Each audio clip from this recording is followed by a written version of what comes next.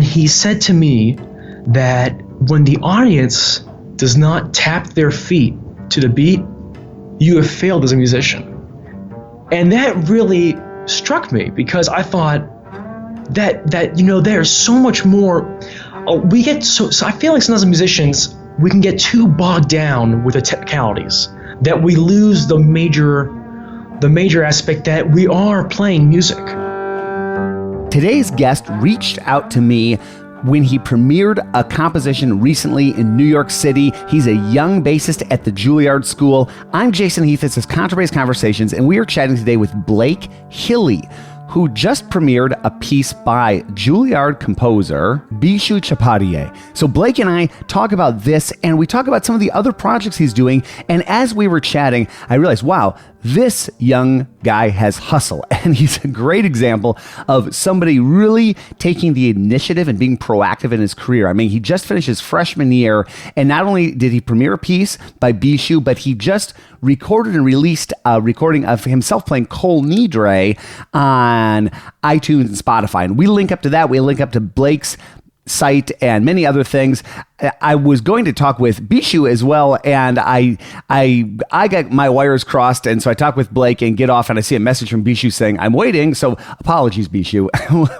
We'll chat about your next piece for Double Bass. And before we get going, a quick shout out to our sponsors, D'Addario Strings, Upton Bass, The Bass Violin Shop, Texas Hill Country Bass Collective, and Colstein Music. More on them later in this episode, but let's dig into this episode and hear some music. We'll hear both Bass Heart and Kol Nidrei, and this is our conversation with Blake Hilley.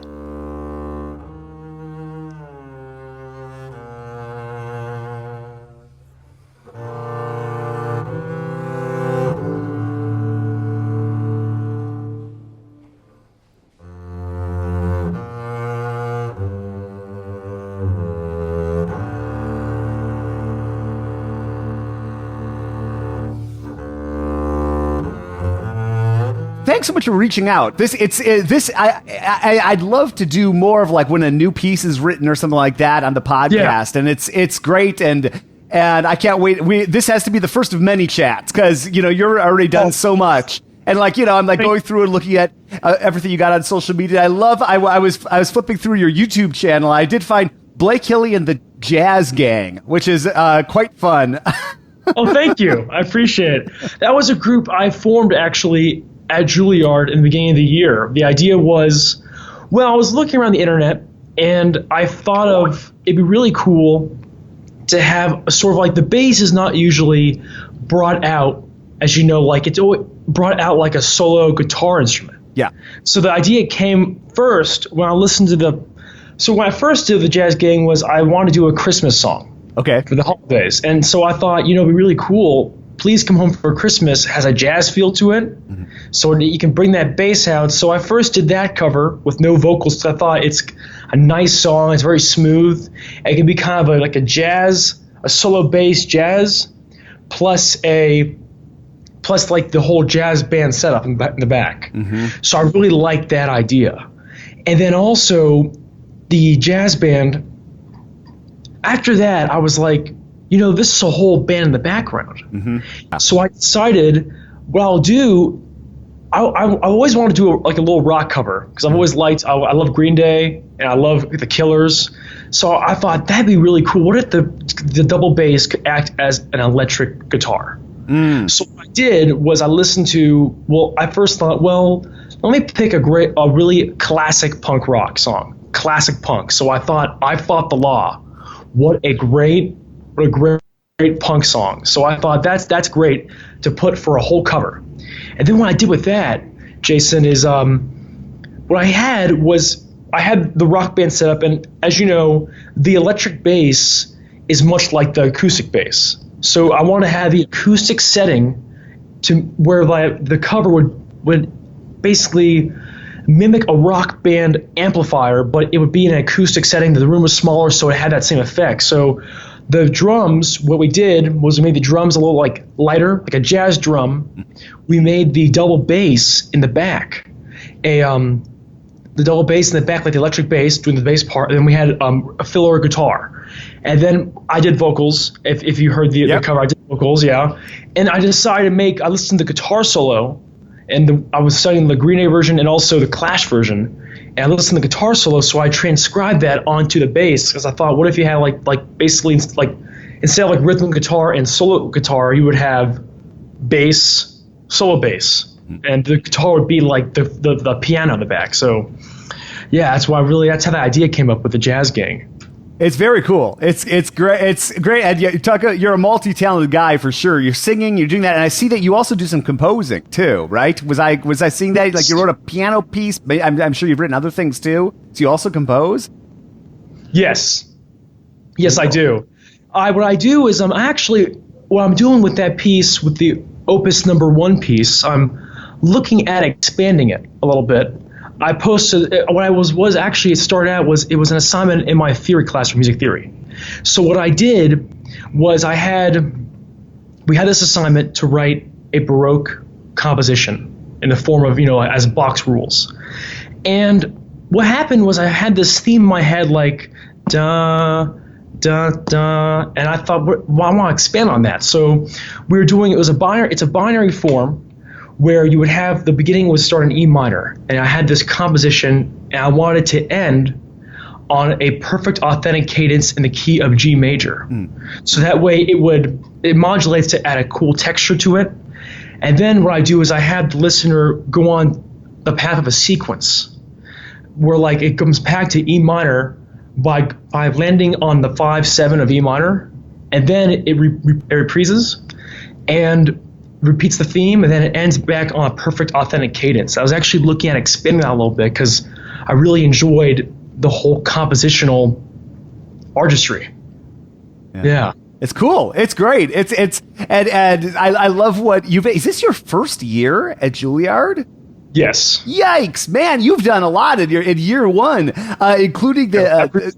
I can't wait to see what happens in year 2, 3, and 4. But so the bass harp rather is Bishu's piece, and you premiered that. It was 2 weeks ago, right, or something like that. Yes. 2.5 weeks ago. Okay. Yes. Okay.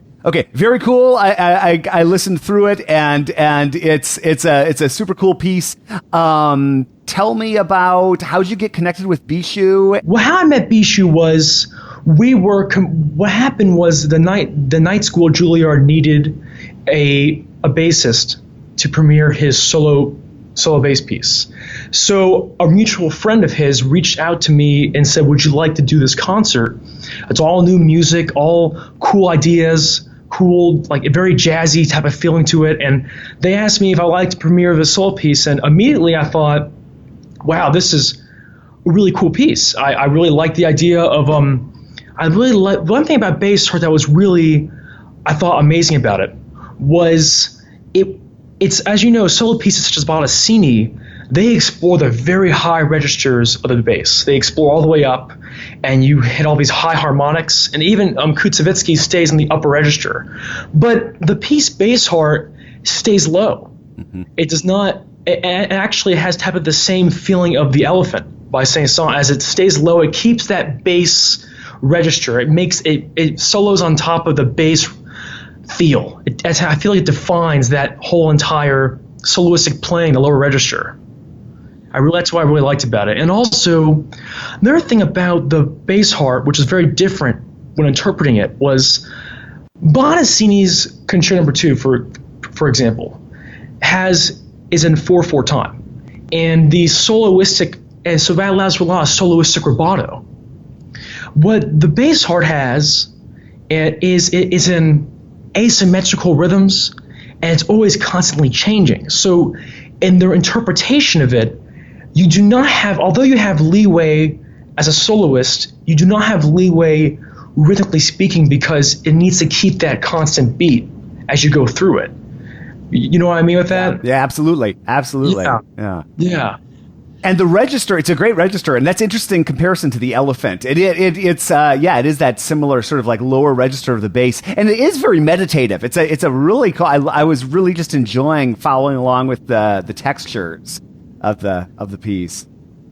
Yeah. And he's planning on writing more music, right, for the bass? Is that what you said? He's thinking about writing some more? Cool. Yes, that is correct. That is correct. He is planning on writing more music, and I'm excited to work with him more on it when he writes some more. He told me last time he was planning on composing a piano bass piece. Mm-hmm. So I was looking forward. So that should be coming out sometime soon. Yeah. He told me, and also what he told me is he really likes to bring out the bass voice. So he's an exciting composer in that regard. He has a lot of new ideas for the bass, and I love about his premiered piece with the bass harps, as I told you, like the elephant comparison. Like, he does not want to move the bass up into a register that is not so much of its character. You know, Bach, we play the Bach cello suites not in the bass register. We play it in a cello register. So I think it's really cool how the new composer, he's, instead of going higher and higher in the instrument, he's going lower and lower. So I think it's a cool concept he's going with this composition. Yeah, it is a cool concept, and that's an interesting thing to think about is, you know, as we all are playing our Bottesini pieces and our various show pieces, just to think about registers and just like the qualities of the bass that are unique to the bass, you know, that like, and the bass has its own obviously unique quality up high too, but yeah, that buttery, bassy goodness that you get down in the lower positions of the instrument, that kind of sans-sans rate. No, it's a beautiful thing. It really is. It really is. I really do love that about the bass. I love how, that's what I love most about the instrument, that versatility. Because many people believe the bass to be much more of a bass line, per se. It keeps the whole foundation of the music standing. But a lot of people don't realize the power and potential the instrument has musically. And I know you, for sure, know this versatility, as I listen to a lot of your podcasts, and you really explore the bass, the whole entire instrument. It's really a fascinating instrument. It can go from being it can go from being the Mahler 2 thunder in the back to being like a Bottesini's aria. It's just really, and even I also on my website with BlakeHilleyBass.com, you know, the Swan also, I think, fits really nice on the bass. And although I played an octave lower, I think it actually fits it, because it's what it does, I think, is it just brings out, it has a mellowness to it, that lower octave. You know? I know. I've thought a lot about that octave in the Swan, because obviously Gary Carr, you know, became famous from playing the Swan up in the upper register, right? And while I've done that, I've played and taught much more the Swan in the octave you're talking about, the lower octave. And yeah, it does have a mellow quality to it. Yeah. And speaking of your website, I got to say, so first of all, you are a good model, my friend, of like a freshman who's just like on it, or now a sophomore, I guess. But like, you've also got a link up there to this wonderful piece about you from the Juilliard website, and I'll make sure to link up to all of this. So, and they follow you around, and it was really fun for me to sort of accompany you in a day in the life of Blake at Juilliard. Yeah, how did that unfold? Did somebody just approach you about that? How did that work? What happened was, so I saw these day in the life videos of Juilliard, and I thought I would love to get in on that. And so what I did was I contacted the marketing people who run that type of program. And so I asked, I like to get involved in like this type of real like exploration of my time at Juilliard. And they told me that I could reach out to the Juilliard Journal, which is a newspaper at the school, a school newspaper that you can write for. And I actually recently was in the newspaper again for the May edition, as I talked about my year roundup. And what happened was I went to meet the person in charge of the Juilliard Journal, and I said how I'd love to write about my love for the school. And she said, that's great. What day did you have in mind? So I immediately thought Friday. And I thought Friday, Mr. Laszlo comes in and it's a whole bass day. That's what I call it, a whole bass day. We start off in the morning. Well, I first start off my academics, which is music theory and some liberal arts, but then afterward, I go right into the I go right into the instrument. We go into bass rec class, and every week, so how it works is every week at Juilliard, Mr. Laszlo, who runs that class, assigns an excerpt for us to practice and play for all of us for the whole entire class as a performance. So that week was the Bach Badener and the Minuet. I believe I wrote, but I will check the information. I just know off the top of my head. Yeah, I think you're right. Though I think it is the Minuet. I was just reading through it. Yeah. Yeah, it was that excerpt, and well, Mr. Laszlo has a very interesting take on just playing in general. He once told me how I was in my lesson, and he said that when the audience does not, he was in a top 20 when he was in college. He told me, like a top 20s pops symphony, and he said to me that when the audience does not tap their feet to the beat, you have failed as a musician. And that really struck me, because I thought that there's so much more. We get so I feel like sometimes as musicians we can get too bogged down with the technicalities that we lose the major aspect that we are playing music. We're producing emotion, we're expressing feelings, and that really connect all of us. So with the orchestral excerpt, I thought, what do I want to, and before I even approach the piece, when I learn new pieces, what do I want to express? So, as I wrote in my article, I wrote how Strauss's On Heldenleben, he calls for war. So when I practice the bass, no longer it's she, like I call my bass Victoria, that's her name. She's an Amazon and she's ready for fighting. So I go onto the bass like it is a war call, like we are charging into the fields. But the Bach, I looked the piece up, and what it said about it was that he composed this for music's sake. It was an appreciation for music. So I thought, back to what Mr. Laszlo said, as I need to express just the joyous Badener, but also before that, express the anguish Bach wants to show through the music. So I would go through that. That's a very big part, I believe, of even of playing in general, is the contrast that you portray. Even as when people say play your Mahler has to be different from your Tchaikovsky, that is very true, because they're both expressing different thoughts and feelings, not only technically, but also emotionally, how you phrase it, how the music feels to you. So when I was playing the Bach, what I actually do is before I start playing, when we're warming up, we all get there and we go in this big room. It's a room of, I call it beauty and excellence. And it's room 543. It's the Juilliard Orchestra studio, which we actually practice Mondays and Thursdays in for orchestra. And actually earlier this year, I was grateful to have the chance to actually have the conductor Itzhak Perlman conduct the Juilliard Orchestra with the Elgar variations. And we walked in and we all start warming up, and I love when you walk into the warm-up room of bass. It's just the room echoes. It's ringing. It's ringing with like it's vibrating with like bass. You agree with that, Jason? Oh yeah, absolutely. I know. I'm right there with you. Hi, this is David Moore. I'm a professor at the USC Thornton School of Music, as well as a bassist in the LA Philharmonic.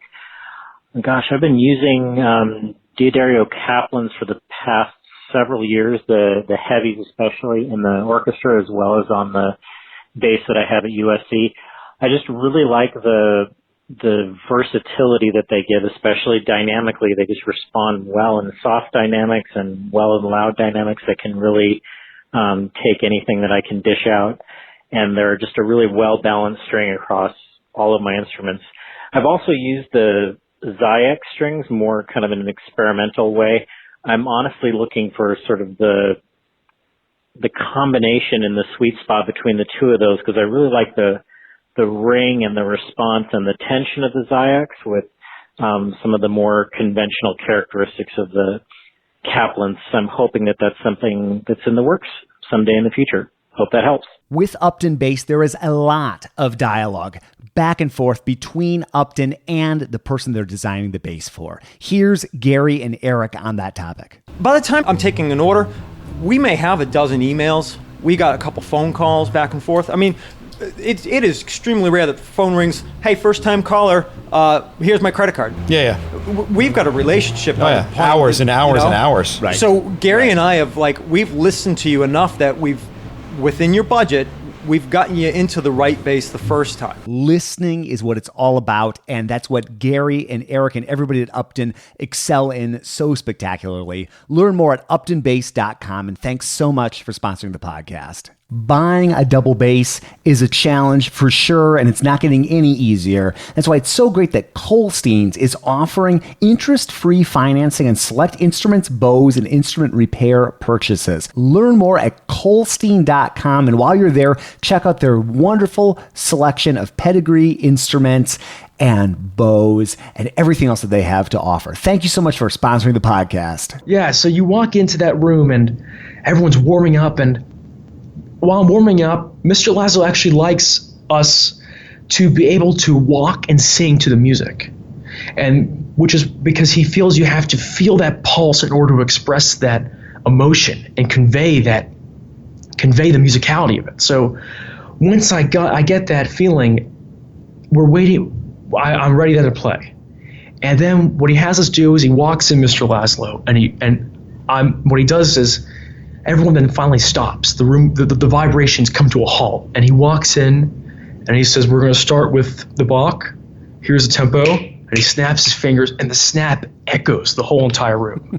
It's like a whip in the air, and so we all play it, and the room, as I read my article, breathes the anguish of Bach, and then it becomes a vibrant dance in the bottom air. And then afterward, he goes around the room and we all play. And from there, he works us individually, but it's a masterclass setting, but also a lesson setting, as he works each person individually as like a lesson. However, though, it's not a masterclass setting where only one player is singled out, and everyone else is more. Some people are not playing, some people are playing. Everyone's involved. Everyone has suggestions. It's a really open class and extremely productive. I feel due to that class, my bass orchestra repertoire has increased over the year. And then also, right after that class, I go right from there to my lesson. And my lessons I feel are always like really adventures into the bass. I'm not sure what's going to happen in it. I'm not sure if I will be dancing to the music to get that music pulse, or if I'll be singing, or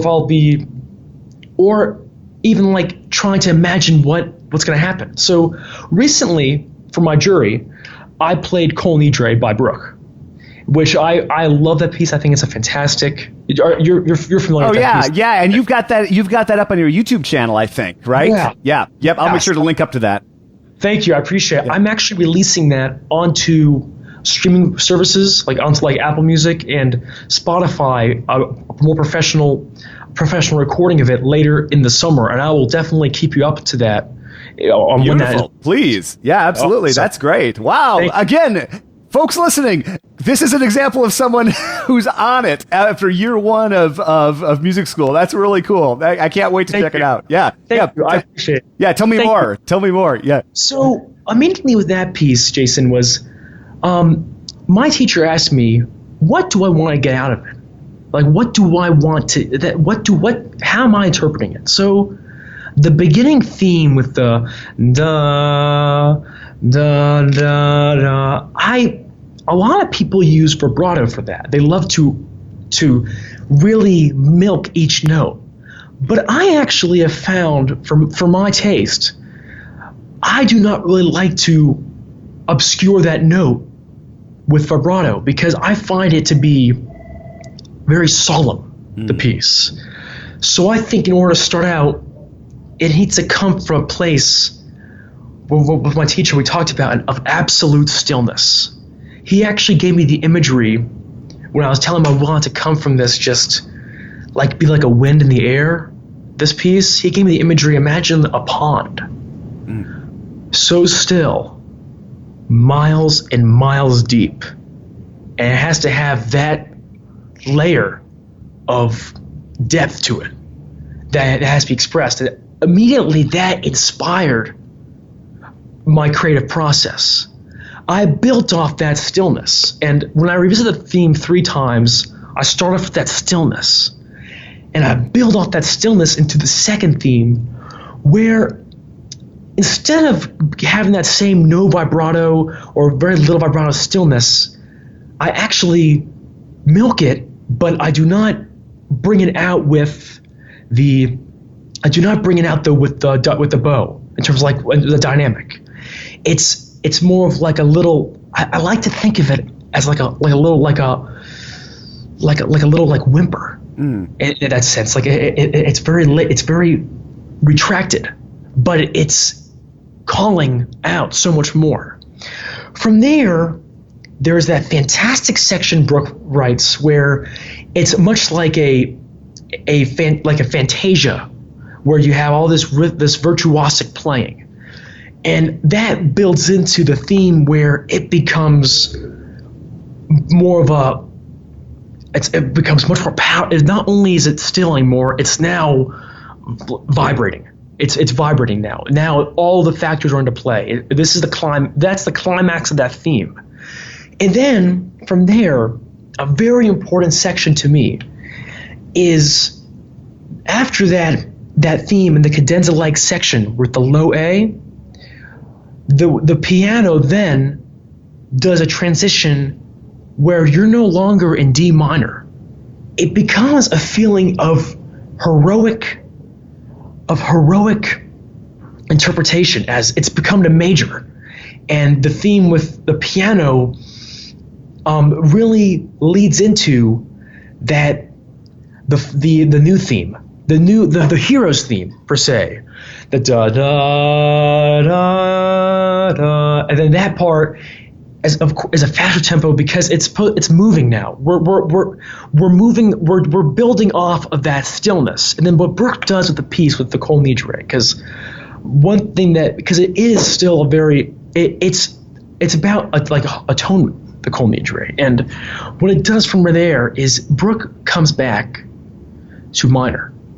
So then from this heroic appreciation, we come back to understanding still, in this sense, with understanding the piece's history and Brooke's interpretation, we come back to the fragility of mortality with back to minor. And as it ends, it does not end with a bang, but it ends with a whisper. And that's how I really love it. It ends with an echo.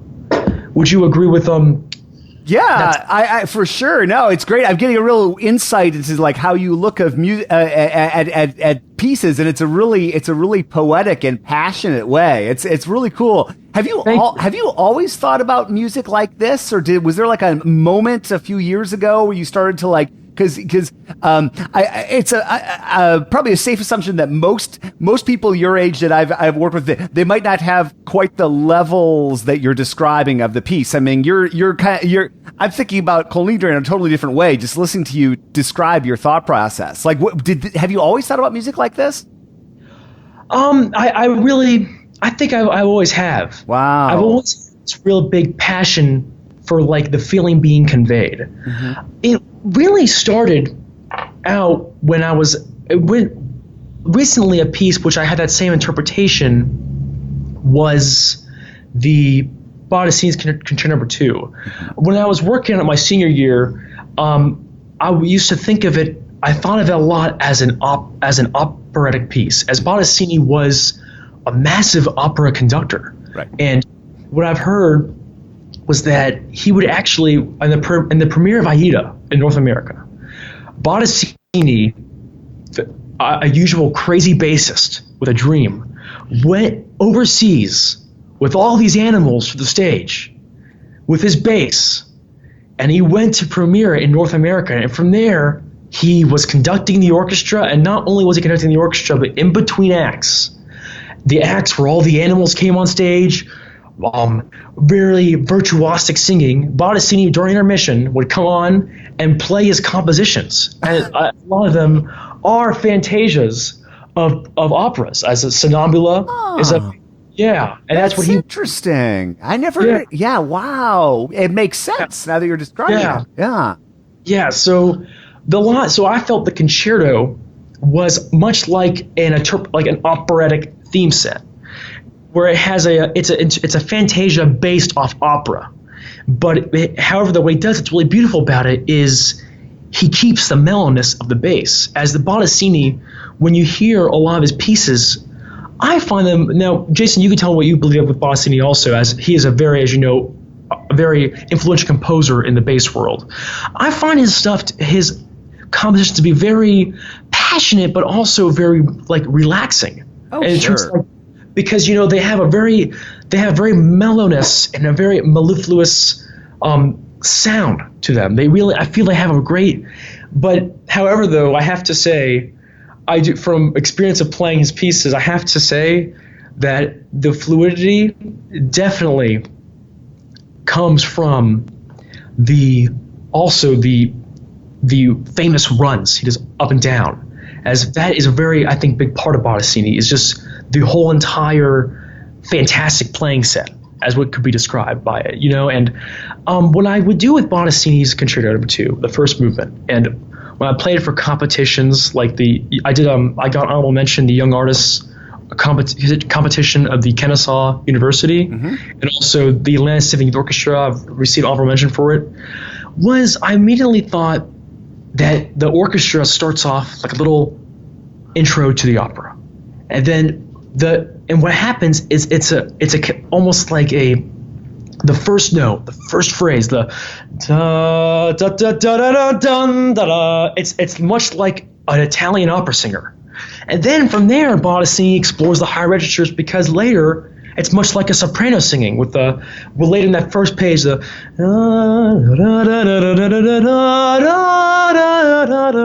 and then you have again the revisit of the opera tenor, and afterward, what really defines this moment of true operatic singing of the bass is at the end of that first page, there's that cadenza-like saying the da-da-da-da-da-da. So I always loved looking at that like a whole entire opera in itself, the Concerto No. 2. And then, of course, the second movement is much like a lyrical opera exploring emotion.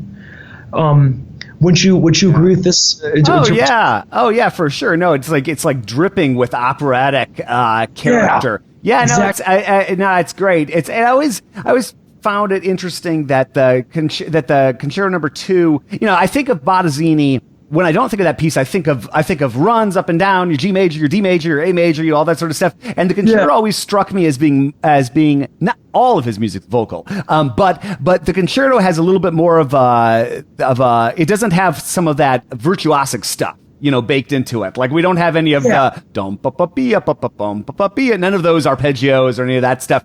Concerto is a little different in that regard, but it's so operatic. Yeah, it is. It really is a work of art. It really is. And also, another piece which I loved interpreting, also of this year, which is also on my website, was the Après un Rêve. That I think I listened to a lot of. In order to get that interpretation with that, you have to listen to music. What you have to do is you have to understand how other people interpret it. I feel in order for you to have an opinion, you need to understand other people's opinions. So when Après un Rêve, I listened to Mieszko Majski, the cellist. I listened to also Shiku Kane Mason. I listened to a lot of different recordings of it. And I even listened to some opera singers record the Après un Rêve, as I wanted to hear what it was, as it is a vocal piece. I wanted to hear what it does sound like on the voice, because after all, the human voice is the foundation of all musicality, and because we always strive to be as string players to imitate the human voice. Would you agree with that? Like that has the cantor, yeah.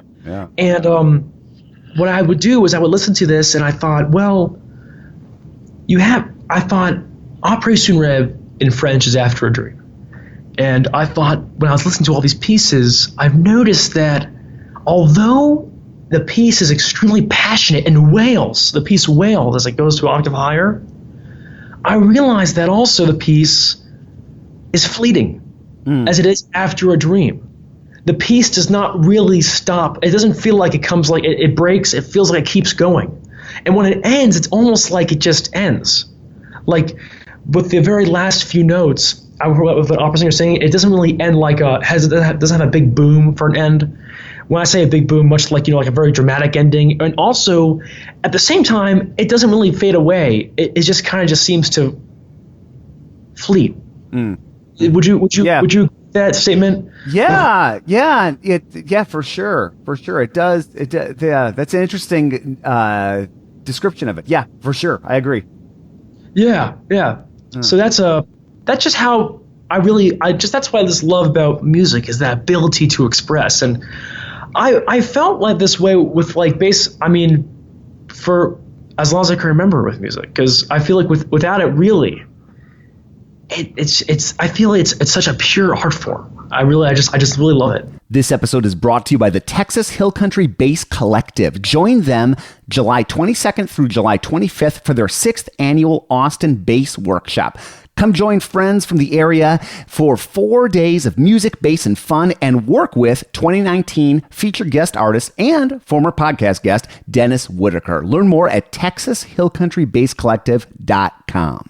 This episode is brought to you by the Bass Violin Shop, which opened in 2001 as a small double bass workshop in Greensboro, North Carolina. Today, they're staffed by 3 full-time, highly skilled bass luthiers, and they specialize in double bass sales, rentals, setup, restoration, and repair. For nearly 20 years, they have satisfied thousands of clients by offering quality instruments, knowledgeable service, reliable repairs, and superior restorations at affordable prices. They proudly offer the largest variety of fine basses and bows in the Southeast. You can find something at every price point by makers such as Thomas Martin, Bill Lakeberg, Romano Solano, Lemur Music, all Shen models, K, Epiphone, and bows by Louis Morizot, Fuchs, Nurembergo, Arcos Brazil, and others. For more information and current inventory, visit their website at bassviolinshop.com and be sure to follow them on Facebook and Instagram. Many things are interesting about music, but one thing is how it can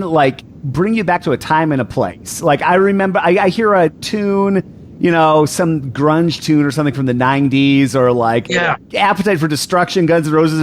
That's a good example. Like I hear something off of Appetite for Destruction, I immediately become 13-year-old Jason, in my heavy metal t-shirt back in South Dakota. I'm just instantly transported back. And that's one thing. I mean, food can sometimes do that depending on context, but I mean, music has these unique qualities that in terms of just zip your back, What? True, yeah.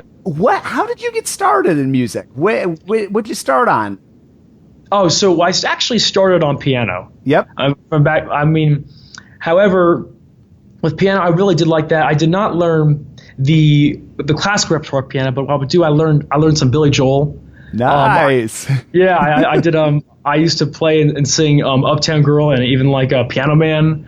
And that's how I really just got started in just learning to read music, and it was just some piano recitals when I was with my private teacher in piano. How old was this? This 7 years old. All right. Okay. Cool. That's when I started piano. Yeah. But I wasn't really serious. I loved playing, but I wasn't really serious in pursuing it at that moment. I was more I just liked being able to play music. I liked being able to recapture those feelings that you can bring in someone. So from there, what happened was I got started on bass. I was in the middle school auditorium in 6th grade, and of course it smelled of a BO, and of course the stage was not was just a middle school theater, and they introduced all of our instruments, all these instruments you could play. They played they played Mario's theme on the flute. And they introduced all these instruments, all these band instruments, and then they went to the orchestra instruments and they showed the double bass. And what they did was they said, if you play bass, you can play this, and they played Jaws' theme.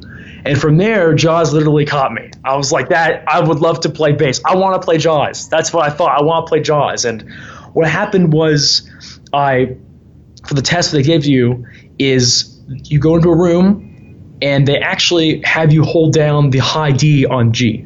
And I really want, and what they would do is to see if you can make it sound, like when they pluck it. Yeah. So I was really excited about the bass sound. I'm just gonna really hold it as hard as I can. And then I got a clean sound, and they said, "Oh, you're really good at this. You should play it bass." And I said, "All right." And from there, I started playing the instrument, and I fell in love with it. I even loved how big it was. When people ask me in the elevator. A lot of people, as of course as a bassist, you would also get this. Are these moments do you wish you played flute? Oh, yeah. And honestly, in those moments, I'm like, no. In these moments, I'm so happy I do play bass. I love how much trouble it can be to even transport it. I love the flying troubles you can have with it. It's always a big mystery with it. Everyone takes it differently. It looks like it's a person. The bass. It really is. It's a person. It sings. It takes space for in our lives. It surrounds. It touches people. It's a person. The instrument. It changes. Different weathers affect it. That's how I really look at the instrument. And what happened was how I got into music was I first tried for Allstate, and this was like in 7th grade. And when I first tried for it, I was really looking at. In 8th grade, I wanted to really make Allstate, and what happened was I made principal chair in the Allstate Middle School Orchestra, and from there I decided that, I really like playing bass, but I wasn't yet really serious. I was more like I really just like music, so I thought, well, definitely when I go to college, I'll do a music minor. Well, definitely do that. But actually, it changed when I started studying. Next year, 9th grade, I wanted to audition for the Atlanta Symphony Youth Orchestra, which I've been a member of for my 4 years of high school. And when I auditioned for that, and I got into the orchestra on the 9th grade year, and from there, I just fell in love with the whole music process. I loved the repertoire. I just loved the orchestra, and I loved the making music together. And then from there, I auditioned after that, I went from, so I really just kept practicing it because I just kept loving it. I wanted to keep learning more. That was actually, I wanted to learn more of how to be a musician. And from there, I made second chairs in the ASYO in my 10th grade year. And then I was principal of it for 11th grade and 12th grade. And that's when, and that time I just knew that's all I wanted to do was play music. That's all I wanted to do. I love being able to inspire people with feelings. I know a lot of people have questions when they ask, what was your most meaningful artistic moment? And honestly, in this regard, I have to say it might be a simple appreciation, but I've always loved it no matter where you're playing. When an audience member would say to you, I really loved your piece. It was really touching. And I think that's the ultimate goal of being a musician is to touch someone. So for me, that is the biggest appreciation for me, is knowing that someone in the audience came in and left feeling better. That really to me is just really what being an artist is. That's a good motivation. And, keeping that audience, it's so, that giving spirit is something that people can lose when they're in practice rooms, obsessing over things by themselves. But to send the audience off, having moved them, having given them an emotional experience. That's something that I hear great artists mention as like one of their key things over and over. And I think that's something that I've started. It took me probably way too long to kind of realize that these days I sort of have that feeling a little bit more. I think if I rewind 20 years ago, I was much more concerned with my own internal whatever. But who were you? I got to ask because people will be curious. Who were you studying bass with when you were in Atlanta? Did you have the same teacher? Who? Yes, I studied with. I first studied with Gloria Jones. Sure. Yep. She's a fantastic player. Yep. And from her, I moved then from her to Joseph McFadden. All right. Yeah, shout out to Joe. He's been on the podcast, and Gloria. Shout out to Gloria too. So that's great. Okay, very cool. And I switched to Joe because of German bow. I play German bow, and I was learning strokes. So my teacher Gloria said that I should have a German bow teacher as the early developments of basic orchestral strokes. As you know, that's a very as building the foundation, I think, is very crucial with stroke playing, as you know. I think that's a very important part of bass playing. So I switched to Joe, and I studied Joe since sophomore year to my senior year, and that's who I studied with in Atlanta. Yeah. Wow. Okay. Very cool. And then. Yeah, Albert Laszlo. I still have yet to meet him in person or have him on the podcast, but he's come up a lot on the podcast. I certainly have many friends and colleagues that have worked with him, and you've mentioned several things about him. But if you were gonna, I could ask because you were talking about him. Are you literally dancing in lessons with Mr. Laszlo? Like, is there actual dancing going on in these lessons, or? Yes. How it works is this. So. What happens, Jason, is immediately he tells me, so how is this piece? I will use because most recently I was working on this piece, I'll use the Kol Nidrei. So immediately he says, how does this piece feel in terms of like rhythm wise? So I'd say, so I conduct how I feel it. So I conduct it into da, da, da, da. And so I would conduct it into, and then what he had me do is put the bass down. I'm sure that he would have me put the bass down, and when he would have me walk to the beat, and every sub beat, so it was in 4, so every sub beat, I would step again that same foot, and I would sing to it while I was walking to it, and this is how it would work. And amazingly, this really helped me playing. This really did. I mean, it seems simple, and but the thing is, though, is what happens is you internalize that pulse more. So that's I think a very important concept, and also in any playing is internalizing that pulse. As you know, like I think a lot of times also it fixes those problems even in orchestral excerpts with the concept of rushing, because when you have to feel and internalize that pulse, and it can take a long time to develop it. And I think the best way to get it from studying with Albert Laszlo is literally putting the bass down and literally singing and walking to it. And when you do that, you come back to the bass a totally different player. You come back, you pick it up, and immediately it's like you have a whole different. It's like you now are the bass. You now feel what you're going to do. You understand. It's that whole entire. You know what's going to happen. So you go on to start playing, and you really feel the pulse that you're setting with it. That's how I think it really works with that. And also, another thing that we would do is we worked on, you have to always move with the instrument, where, the whole body is mobile. You have is fluid with the instrument. So how I would work with this is he would have me do a lot of these bow exercises where you would do these big round circles of retaking the bow on every string, so that way you get the whole entire body, all the muscles working on that instrument. And a theory for this was that the potential, however much you weigh, that much weight can go into your playing. Like it's the potential energy you could put into that kinetic energy. The whole bass is being played by all of you. Yep. When you play, what you have to do is when you play up bow, you would lean in to the direction of the up bow, so that way it was not just your arm moving the bow, it would be your whole body moving with the instrument. So that's where a much also is like, it's where basically the whole entire body is involved in that rhythmic pulse concept. So that's why I think very crucial to the playing with that. For sure. It's a beautiful image, and the students, look out! I'm going to get you dancing in lessons, just or moving in like you're describing. No, that's a and I've chatted with other folks about. Yeah, it seems like such a great holistic approach to the bass. So we'll get him on here one of these days to talk about these concepts.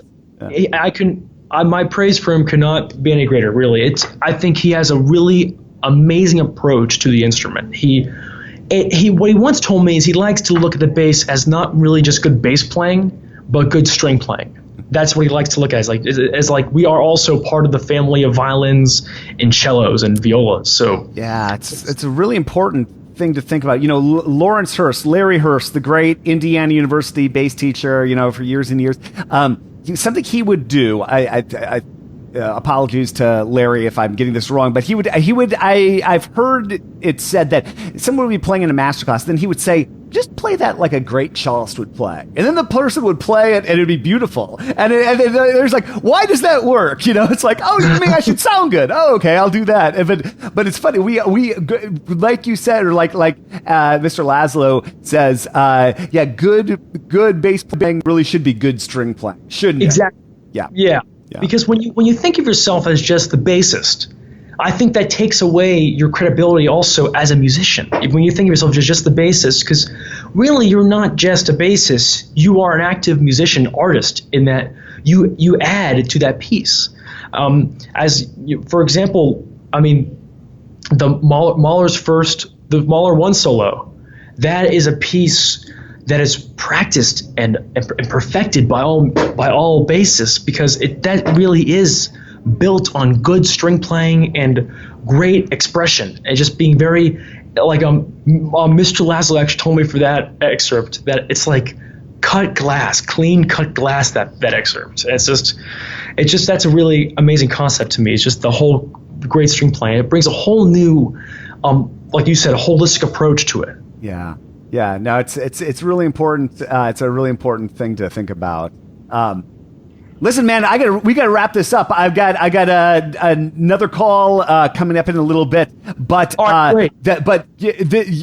This is super fun. We're gonna do it again. Please, let's do it again if you're down.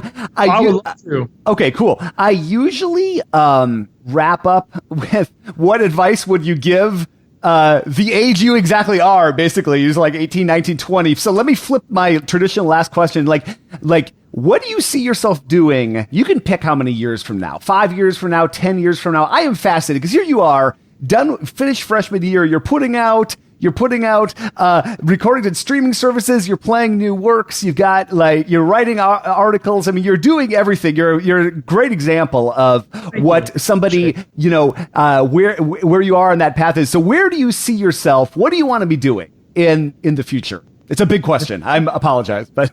Oh no, I love big questions. I think that's how we play music, is through big ideas. Yep. In the future, at the moment, I just see myself making art. That's what I would see myself doing, is just making art. That's great. Yeah. Thank you. I appreciate it. Yeah. That is such a great. I need to answer that question when that's asked of me, because people do ask. It's a different version because I'm 43, so I'm like a couple decades down the road from you, or more than that. Yikes! But that is such a nice way to put it. I want to be making art too. I like to think of what we're doing as art in a way.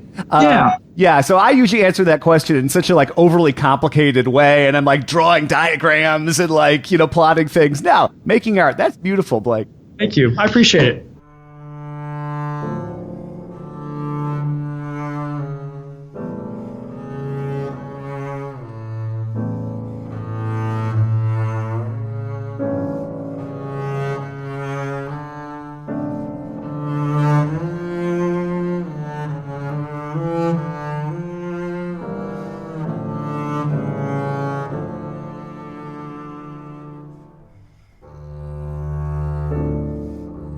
Blake, thanks again for chatting. Folks, you can find him at blakehilleybass.com. Bishu, thanks for the cool piece. Write some more for the bass, please.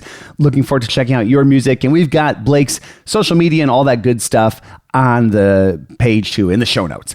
And thank you so much for listening. Hey, did I let you know recently that we have an app, Contrabass Conversations app? You can search for Contrabass Conversations on the iOS App Store, Android Store, Kindle Store, wherever, whatever. And I've been working a little bit more on that app recently. I decided to fill it out with recent blog content. I may go back and put more blog content in there, but the search is so good in that app. And I write about a lot of things that we talk about on the podcast. And so that app is becoming a really good go-to destination for just bass in general. So whether you're looking for audio or text, and we have other things too, we have all these downloadable PDFs and practice guides and videos and all that kind of stuff. You can save it all for offline listening or viewing or reading or whatever. You can share it with people. It's just a nice container. It's a really clean app. I'm really appreciative of the folks that helped me design it and maintain it. And yeah, check it out. Just search for it in whatever app store you use. Contrabass Conversations is produced by Michael Cooper, Steve Hinchy, Trevor Jones, and Mitch Mooring. And by the way, Mitch just won a silver medal for tone at the latest International Society of Bassists convention. Hey, maybe you want to get a bass from him. You can learn about that and more at mitchmooring.com. Krista Copper, thank you so much for archiving and cataloging everything we talk about on the podcast. I'm your host, Jason Heath, and we will see you again soon for more life on the low end of the spectrum.